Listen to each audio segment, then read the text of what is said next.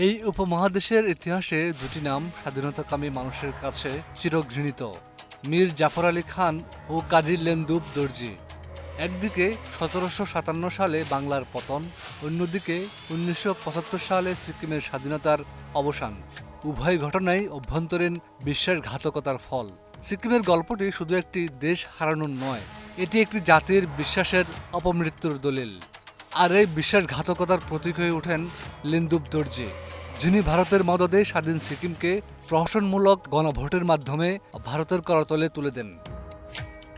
সিকিমের আত্মসমর্পণের কাহিনী আজও দক্ষিণ এশিয়ার ছোট দেশগুলোর জন্য সতর্কবার্তা।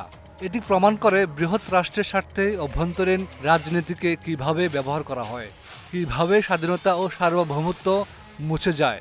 আর এই গল্পে ভারতের গোয়েন্দা সংস্থা গুরুত্বপূর্ণ ভূমিকা পালন করে।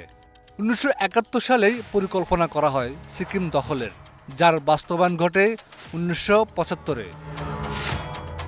ঠিক এই প্রেক্ষাপটেই ২০২৪ সালের বাংলাদেশের ছাত্র জনতার গণ অভ্যুত্থান এক ভিন্ন মাত্রা পায়।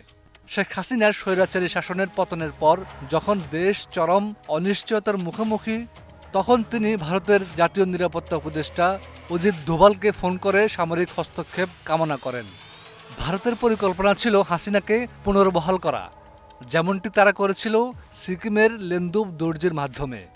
কিন্তু এখানেই ইতিহাস বাঁক নেয় ভিন্ন পথে।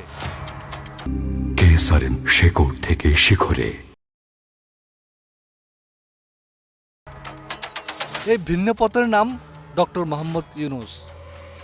আন্তর্জাতিক মহলে গ্রহণযোগ্য, সম্মানিত এবং নৈতিক নেতৃত্বের প্রতীক এই নোবেল বিজয়ী নেতা ভারতের পরিকল্পনার পথে অন্যতম বড় বাধা হয়ে দাঁড়ান। তার আন্তর্জাতিক প্রভাব, জনগণের আস্থা এবং গণতন্ত্র ও মানবাধিকারের প্রতি অঙ্গীকার বাংলাদেশের সার্বভৌমত্ব রক্ষা করে। ভারত জানত না যে হাসিনার পতনের পর বাংলাদেশের শূন্য নেতৃত্বে এমন একজন আসবেন যিনি তাদের মনোনীত বিকল্প নন, বরং তিনি একজন স্বাধীনচেতা, নীতিনিষ্ঠ নেতা। ডক্টর ইউনূসের নেতৃত্বে আন্তর্জাতিক সমর্থন দ্রুত বাংলাদেশের পাশে এসে দাঁড়ায়। পশ্চিমা গণমাধ্যম, মানবাধিকার সংস্থা এবং কূটনৈতিক শক্তিগুলো একযোগে ভারতের হস্তক্ষেপের বিরুদ্ধে অবস্থান নেয়। ভারতের কিছু গোষ্ঠী ডক্টর ইউনূসের বিরুদ্ধে লাগাতার ষড়যন্ত্র করলেও সফল হয়নি। ডক্টর ইউনূস আজও একা সেই পতাকা উড়ান, যার উপর লেখা রয়েছে বাংলাদেশের স্বাধীনতা ও স্বকীয়তা। হয়তো তার চারপাশে নেই দক্ষ নেতৃত্বের বিশাল বাহিনী, কিন্তু আছে কোটি মানুষের ভালোবাসা ও আস্থা। তার নেতৃত্বে বাংলাদেশের নতুন যাত্রা, নতুন প্রত্যয়।